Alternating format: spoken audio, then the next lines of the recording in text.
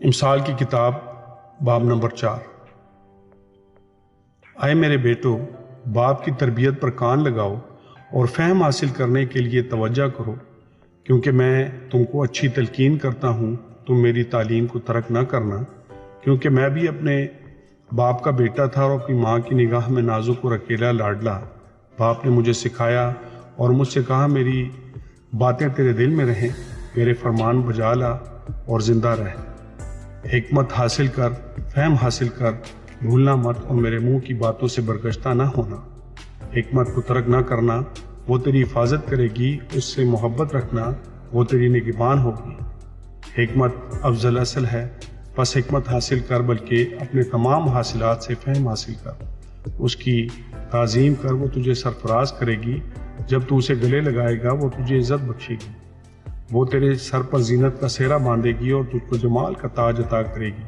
اے میرے بیٹے، سن اور میری باتوں کو قبول کر، اور تیری زندگی کے دن بہت سے ہوں گے۔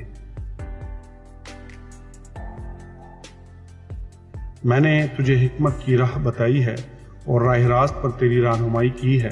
جب تو چلے گا، تیرے قدم کوہتا نہ ہوں گے، اور اگر تو دوڑے تو ٹھوکر نہ کھائے گا۔ تربیت کو مضبوطی سے پکڑے رہ، اسے جانے نہ دے، اس کی حفاظت کر، کیونکہ وہ تیری حیات ہے۔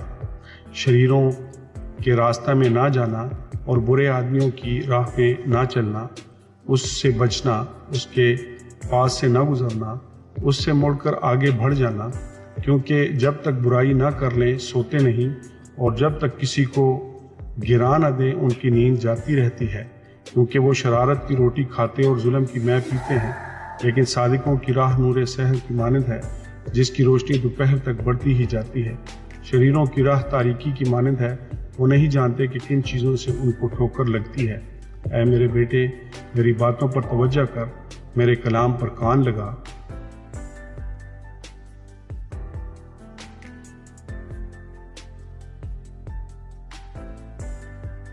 اس کو اپنی آنکھ سے اوجھل نہ ہونے دے، اس کو اپنے دل میں رکھ، کیونکہ جو اس کو پا لیتے ہیں، یہ ان کی حیات اور ان کے سارے جسم کی صحت ہے۔ اپنے دل کی خوب حفاظت کر، کیونکہ زندگی کا سرچشمہ وہی ہے۔ کجگو منہ تجھ سے الگ رہے، دروگو لب تجھ سے دور رہوں۔ تیری آنکھیں سامنے ہی نظر کریں اور تیری پلکیں سیدھی رہیں۔ اپنے پاؤں کے راستے کو ہموار بنا اور تیری سب راہیں قائم رہیں۔ نہ دہنے موڑ نہ بائیں، اور پاؤں کو بدی سے ہٹا لے۔ خداوند کے پاک کلام کے پڑھے اور سنے جانے پر اس کی خاص برکت ہو۔ خداوند کا شکر ہو۔ آمین۔